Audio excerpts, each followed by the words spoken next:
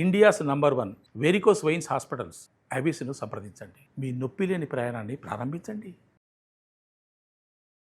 నమస్కారం, మీరు చూస్తుంది సుమన్ టీవీ. నేను మీ కీర్తి. జూలై 6 తొలి ఏకాదశి.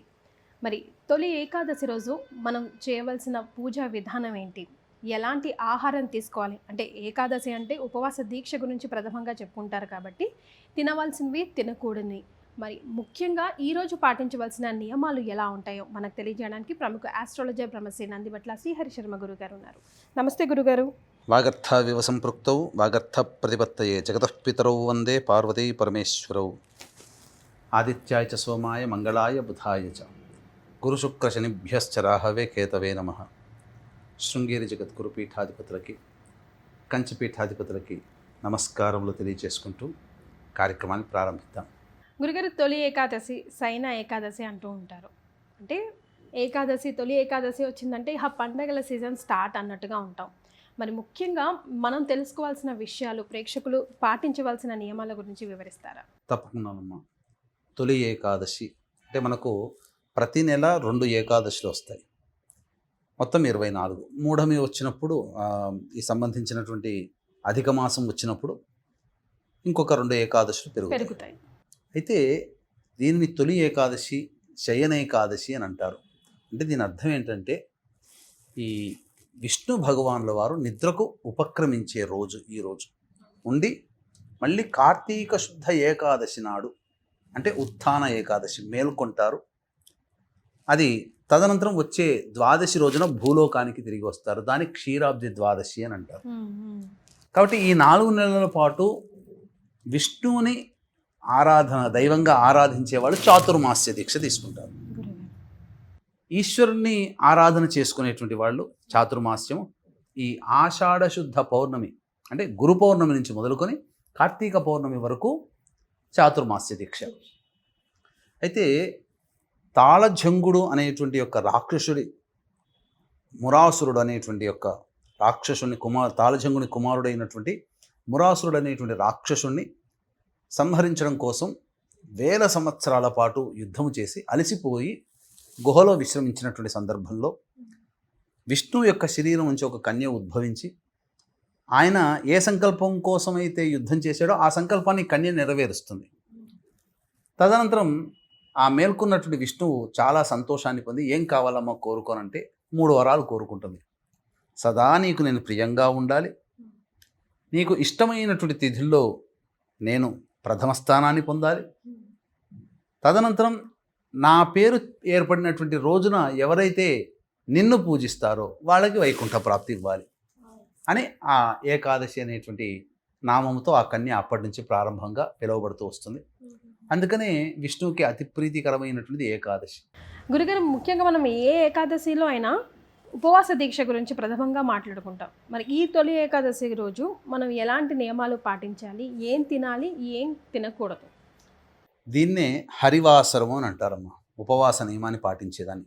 అందుకని ఏకాదశి 6వ తారీఖు కదా, ముందు దశమి రోజు అనగా శనివారం నుంచే ఉపవాసం నియమాన్ని పాటించాలి.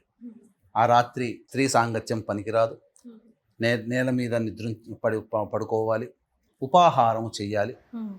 ఆ రోజు మద్యపానము, మాంసాహారం కూడా నిషిద్ధము. ఏకాదశి రోజున కూడా మద్యపానము, మాంసాహారము, స్త్రీ సాంగత్యము నిషేధము. ఉపవాసం ఉండాలి. తర్వాత కాల్చినవి, అలాగే ఉడికించినవి, గుమ్మడికాయ, చింతపండు, ఉసిరి, ఉలవలు ఇలాంటివి ఏవి కూడా భుజించకూడదు.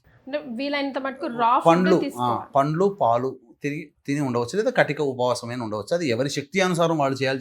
చెప్పారు కాబట్టి అని చెప్పి చేయకూడదు. చేస్తే ఏంటి గురుగారు? శక్తి ఉండాలి కదమ్మా శరీరంలో. ఉపవాసం చేస్తే ఆ ఉపవాసం చేయడానికి అనుకూలంగా మన శరీరం నిర్మాణం ఉండాలి కదా. ఈ కాలంలో పొద్దున టిఫిన్ చేయకపోతే అసలు అల్లాడిపోతుంటారు కదా. కాబట్టి పాలు, పండ్లు, ఇతర పదార్థాలు ఉంటూ ఈ ఉపవాసం అంటే ఎక్కువగా దైవనామ స్మరణ చేసుకుంటాలి. అందుకనే ఏకాదశి రోజున పొద్దున్నే లేచి కాలకృత్యాదులు తీర్చుకొని చక్కగా విష్ణు చిత్రపటానికి తెల్లటి పూలమాల వేసి ఆవునేతితో దీపారాధన చేసి మళ్ళీ తులసి చెట్టు దగ్గరకు వచ్చి చక్కగా ముగ్గు వేసి, షట్కోణము త్రికోణం ముగ్గు వేసి అక్కడ దీపారాధన, ఆవునేతితో దీపారాధన చేసి విష్ణు సహస్రనామ పారాయణం చేసి నైవేద్యంగా పండ్లు పెట్టవచ్చు, ఆవు పాలు పెట్టవచ్చు. ఆ రోజంతా కూడా విష్ణునామస్మరణ చేసుకుంటూ ఉండి మళ్ళీ సాయంకాల ప్రదోషకాల సమయంలో ఇంట్లో మళ్ళీ తులసి చెట్టు దగ్గర దీపారాధన చేయడం, విష్ణునామస్మరణ చేసుకుంటూ ఉండడం, జాగారం చేయడం. ఆ చేసిన తదుపరి తెల్లవారి మళ్ళీ ద్వాదశి తిథి వస్తుంది. ఆ ద్వాదశి తిథి రోజున మళ్ళీ కాలకృత్యాదులన్నీ తీర్చుకున్న తర్వాత ఇంట్లో తులసి చెట్టు దగ్గర దీపారాధన చేసి అప్పుడు దేవాలయానికి చేరుకుని అర్చన అభిషేకాదులు జరిపించుకొని వీలైతే అర్చనకు చేసుకోవచ్చు, లేదా విష్ణువుని సంబంధించి నమస్కారం చేసుకొని దర్శించుకొని ఇంటికి వచ్చి ఇంట్లో పదార్థాలు వండి ఎవరికైనా అతిథి అభ్యాగతులకి ఆ సంబంధించినటువంటి భోజనాన్ని వారికి అతిథిగా వాళ్ళని సేవ చేసి అన్నీ వడ్డించి భోజనములు తాంబూలాదులు ఇచ్చి తదనంతరం దంపతులు కనుక భోజనం చేస్తే ఎంతో పుణ్యమమ్మ. వాళ్ళు ఎన్ని కష్టములలో ఉంటారో ఆ కష్టములన్నీ కూడాను తొలగిపోతాయి.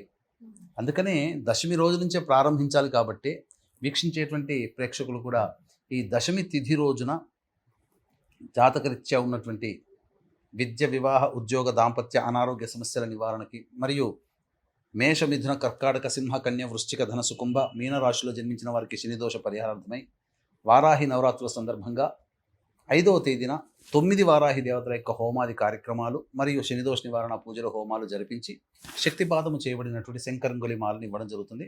5వ తారీఖు సాయంత్రం 7 గంటలకు ప్రారంభమవుతుంది. కాబట్టి సాయంత్రం 5 గంటల లోపల 5వ తారీఖు రోజున మీ గోత్రనామాలు నమోదు చేసుకోవచ్చు. తొలి ఏకాదశి రోజు మీరు ఇలాంటి సమస్యతో బాధపడుతున్నారా? ఈ ఒక్క పని చేసి చూడండి, లేదా ఈ ఒక్క మంత్రం పాటించి చూడండి. అంతేకాకుండానమ్మా, ఈ తొలి ఏకాదశి రోజున సూర్య భగవానుడు ఈ ఉత్తరం నుంచి దక్షిణ దేశం వైపు మళ్ళుతూ ఉంటుంటాడు. దక్షిణ దిశ, అందుకే దక్షిణాయనం కూడా ప్రారంభమవుతుంది. అది సో ఈ తొలి ఏకాదశి రోజు ఈ ఒక్క మంత్రం కానీ, మీ ఏ సమస్యలున్నా లేకపోతే ఈ ఒక్క పని కానీ చేసి చూడండి, మీ జీవితమే కొంచెం ఖచ్చితంగా ఈ విష్ణు దేవతానుగ్రహం వల్ల మారుతుందమ్మా.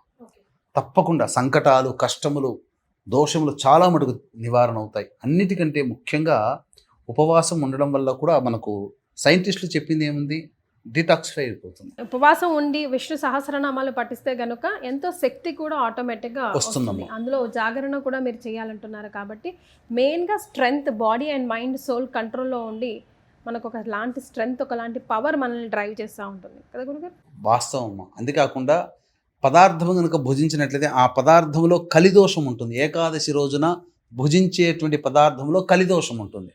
అందుకనే భోజనములు అనేటువంటిది ఆ ఏకాదశి రోజున స్వీకరించకూడదని శాస్త్ర నియమం అనేటువంటిది పెట్టింది. అందులో పర్టికులర్గా కొన్ని ఐటమ్స్ కూడా మీరు చెప్పారు. అవును, ఇవన్నీ ఏంటంటే ఇది ఒంట్లో ఈ కామ ప్రకోపాలని పెంపొందించేటువంటిది. అందుకని అవి వద్దన్నారు. అది కాబట్టి చక్కగా ఈ నియమాన్ని పాటించుకుంటూ ఉండి కనుక చేసుకుంటే సూర్యచంద్రుల గమనం, చాతుర్మాస్యం. ఇంకొక మాట చెప్పమంటారమ్మా, ఏదైనా ఒక బలమైన సంకల్పం ఉంటుంది కదమ్మా, ఆ బలమైన సంకల్పాన్ని నెరవేరాలని ఈ ఏకాదశి రోజున ప్రారంభించి ప్రతిరోజు విష్ణు సహస్రనామ పారాయణం చేస్తూ ఉండి కార్తీక మాసంలో శుద్ధపక్షంలో వచ్చే ఉత్థాన ఏకాదశి రోజున విరమింపచేస్తే, ప్రతిరోజు పారాయణం చేస్తూ విష్ణు సహస్రనామ పారాయణం చేస్తూ విరమింపచేస్తే తప్పకుండా వాళ్ళకి అనుకున్న కోరిక ఖచ్చితంగా నెరవేరుతుంది. అందులో సందేహమే లేదు. రైట్.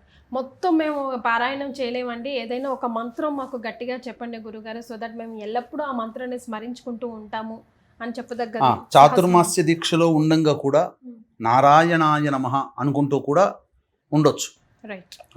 ఈ రకంగా ప్రతి ఈ ఆషాఢ శుద్ధ ఏకాదశి 6వ తారీఖు నుంచి కార్తీక మాసంలో వచ్చే ఉత్థాన ఏకాదశి వరకు కూడా ప్రతిరోజు వీలు కుదిరినప్పుడల్లా డ్రైవ్ చేస్తున్నా, ఏ పని చేస్తున్నా మనసులో నారాయణాయ నమః, నారాయణాయ నమః, నారాయణాయ నమః అనుకుంటూ ఉంటుంటే ఆటోమేటిక్గా మనం ఏ పని చేస్తున్నా మన మనస్సు అది చాంట్ చేస్తూనే ఉంటుంది.